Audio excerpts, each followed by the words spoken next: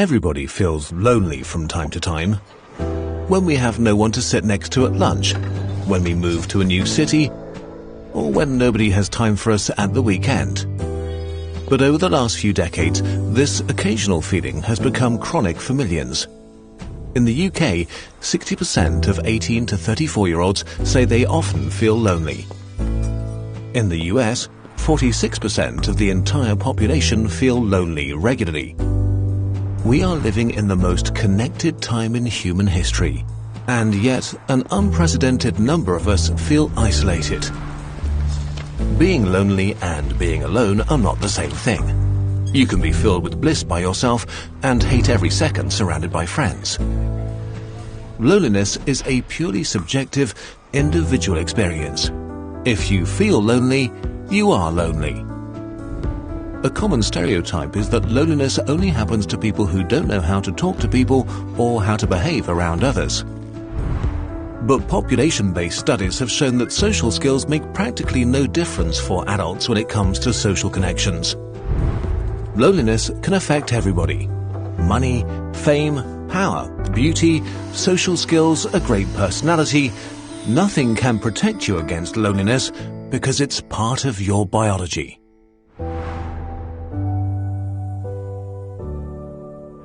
Loneliness is a bodily function, like hunger.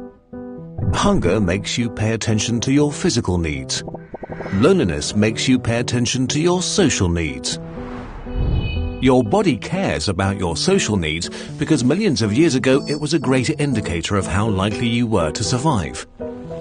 Natural selection rewarded our ancestors for collaboration and for forming connections with each other.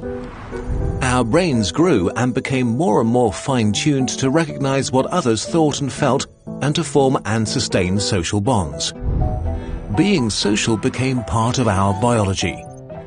You were born into groups of 50 to 150 people, which you usually stayed with for the rest of your life. Getting enough calories, staying safe and warm, or caring for offspring was practically impossible alone.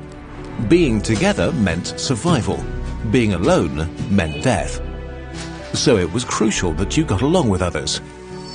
For your ancestors, the most dangerous threat to survival was not being eaten by a lion, but not getting the social vibe of your group and being excluded.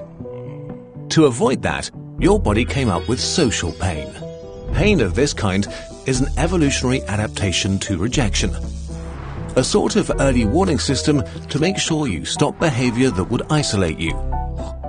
Your ancestors who experienced rejection as more painful were more likely to change their behavior when they got rejected and thus stayed in the tribe, while those who did not got kicked out and most likely died. That's why rejections hurt, and even more so, why loneliness is so painful. These mechanisms for keeping us connected worked great for most of our history until humans began building a new world for themselves. The loneliness epidemic we see today really only started in the late Renaissance. Western culture began to focus on the individual. Intellectuals moved away from the collectivism of the Middle Ages, while the young Protestant theology stressed individual responsibility. This trend accelerated during the Industrial Revolution. People left their villages and fields to enter factories. Communities that had existed for hundreds of years began to dissolve, while cities grew. As our world rapidly became modern, this trend sped up more and more. Today, we move vast distances for new jobs, love and education, and leave our social net behind. We meet fewer people in person, and we meet them less often than in the past. In the US, the mean number of close friends dropped from 3 in 1985 to 2 in 2011. Most people stumble into chronic loneliness by accident. You reach adulthood and become busy with work, university, romance, kids, and Netflix. There's just not enough time. The most convenient and easy thing to sacrifice is time with friends. Until you wake up one day and realize that you feel isolated. That you yearn for close relationships. But it's hard to find close connections as adults, and so loneliness can become chronic. While humans feel pretty great about things like iPhones and spaceships, our bodies and minds are fundamentally the same they were 50,000 years ago. We are still biologically fine-tuned to being with each other. Large-scale studies have shown that the stress that comes from chronic loneliness is among the most unhealthy things we can experience as humans. It makes you age quicker, it makes cancer deadlier, Alzheimer's advance faster, your immune system's weaker. Loneliness is twice as deadly as obesity and as deadly as smoking a pack of cigarettes a day. The most dangerous thing about it is that once it becomes chronic, it can become self-sustaining. Physical and social pain use common mechanisms in your brain. Both feel like a threat, and so social pain leads to immediate and defensive behavior when it's inflicted on you. When loneliness becomes chronic, your brain goes into self-preservation mode. It starts to see danger and hostility everywhere. But that's not all. Some studies found that when you're lonely, your brain is much more receptive and alert to social signals, while at the same time it gets worse at interpreting them correctly. You pay more attention to others, but you understand them less. The part of your brain that recognizes faces gets out of tune and becomes more likely to categorize neutral faces as hostile, which makes it distrustful of others. Loneliness makes you assume the worst about others' intentions towards you. Because of this perceived hostile world, you can become more self-centered to protect yourself, which can make you appear more cold, unfriendly, and socially awkward than you really are.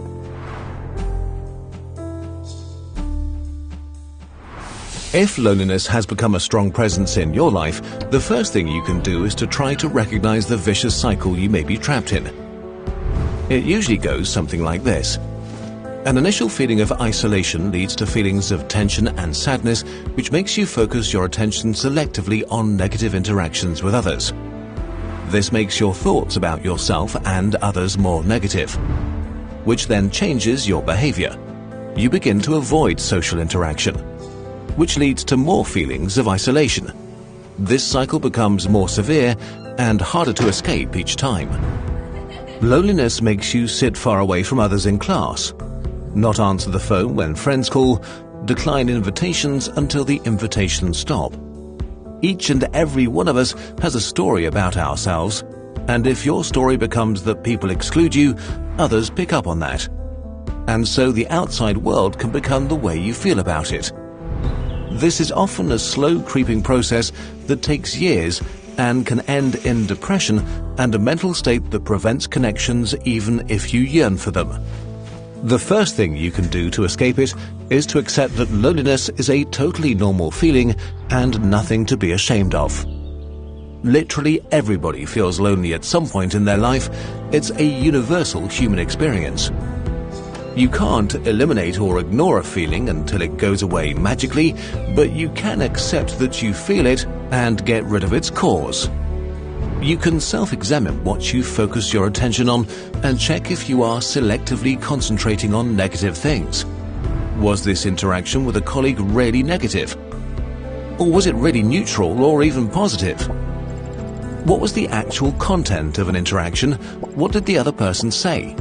And did they say something bad, or did you add extra meaning to their words? Maybe another person was not really reacting negatively, but just short on time.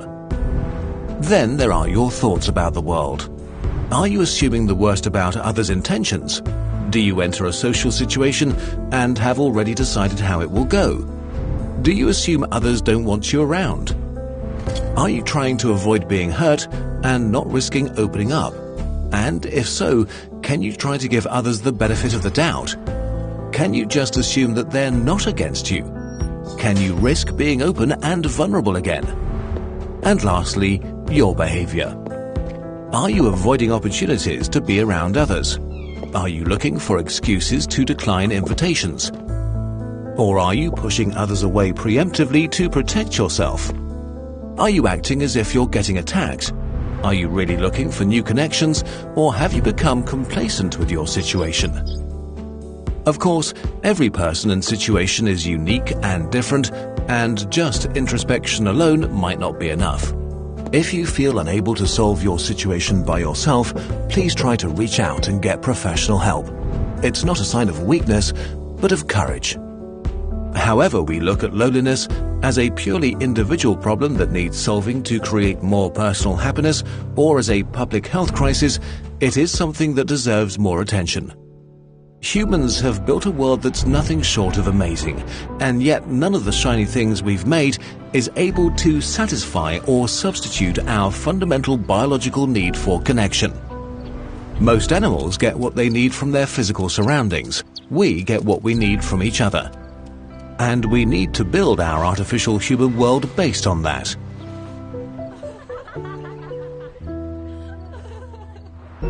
Let's try something together. Let's reach out to someone today. Regardless if you feel a little bit lonely or if you want to make someone else's day better. Maybe write a friend you haven't spoken to in a while. Call a family member who's become estranged. Invite a work buddy for a coffee. Or just go to something you're usually too afraid to go to or too lazy to go to, like a D&D event or a sports club. Everybody's different, so you know what's a good fit for you. Maybe nothing will come of it, and that's okay. Don't do this with any expectations. The goal is just to open up a bit, to exercise your connection muscles so they can grow stronger over time, or to help others exercise them. We want to recommend two of the books we read while researching this video. Emotional First Aid by Guy Winch, a book that addresses, among other topics, how to deal with loneliness in a way that we found helpful and actionable. And Loneliness, Human Nature and the Need for Social Connection by John Cacioppo and William Patrick. It's an entertaining and scientific exploration as to why we experience loneliness on a biological level, how it's spread in society, and what science has to say about how to escape it. Links for both books in the video description.